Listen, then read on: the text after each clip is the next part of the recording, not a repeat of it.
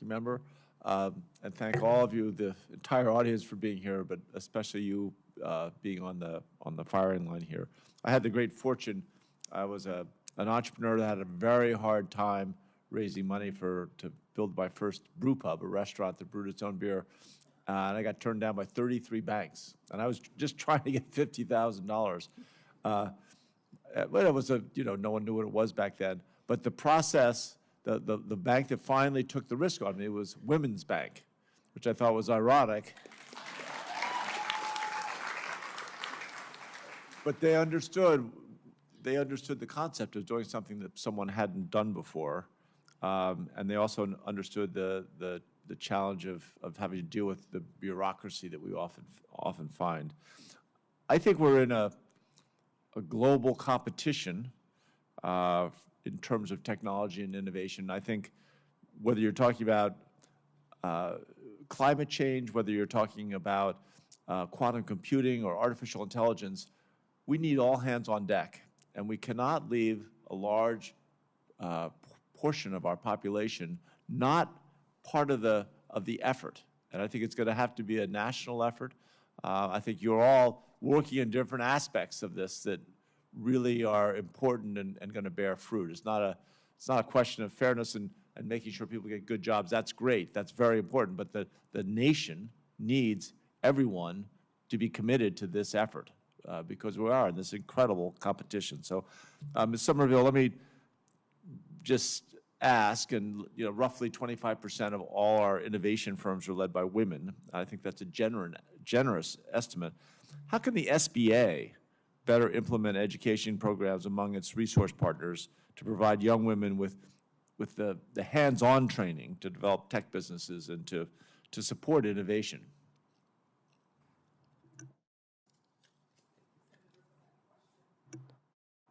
Thank you for that question, sir. One of the things I think we focus on in my company is internships, developing partnering with academic institutions to develop curriculum that will enable individual students from high school and college to apply the academic piece in the real world.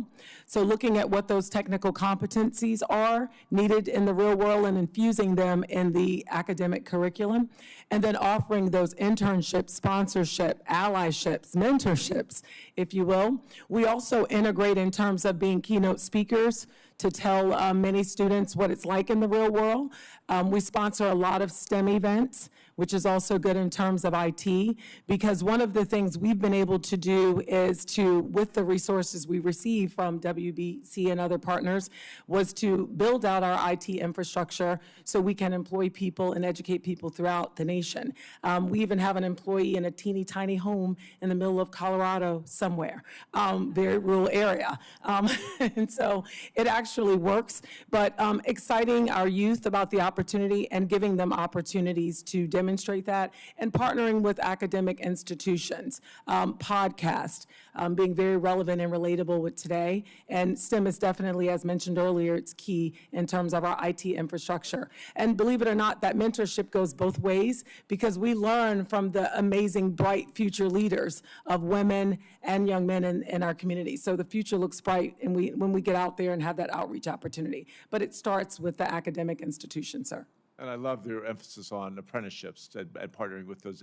I think you all at various times in your materials support that. And I look, the Department of Labor has apprenticeships. Commerce has apprenticeships. Everyone's got apprenticeships, but no one's really focusing on making that a national movement. Because I think especially for people that are from lower income backgrounds, apprenticeships allow them to have those models. In Colorado, I was partners in a project with a woman named Joyce Meskis, who started the Tattered Cover Bookstore, which was the most amazing bookstore any of us had ever seen. And she told me one time, she said, the hardest thing was I didn't have any role models as a woman entrepreneur. There was no one I could go and hang out with. And she said, if I hung around with the guys, they didn't treat me as a guy. And I think that's something we too often overlook. Ms. Sweeney, research shows that women are less likely to choose being entrepreneurs, and that there's a resistance there, and largely it is because they don't encounter other women entrepreneurs. So what type of public-private partnerships should we think about expanding to foster an environment where we create an ecosystem where women have more access to mentors? Well, a good example of that is actually the Baltimore Metro Women's Business Center, because they are connected to Morgan State. So they are right there amidst other programs that are already that have already launched. They're entrepreneurial programs designed for college students, and they have extended beyond that to high school students. For us particularly, we're a partner. We take on summer youth workers, and now we're moving into taking in youth workers throughout the entire year, starting in the fall.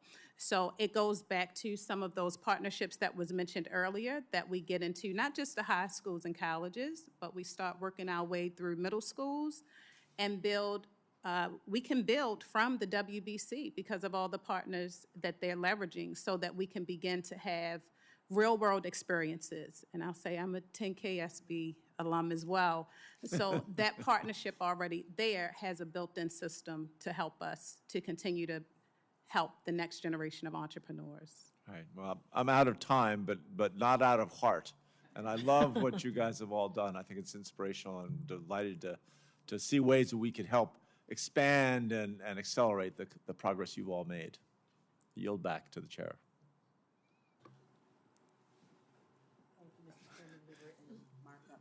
Senator Rosen's timing is just perfect.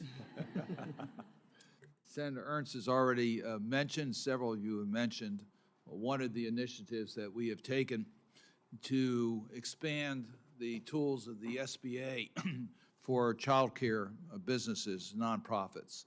And I want to congratulate Senator Ernst for her leadership on that, and Senator Rosen for her leadership on that.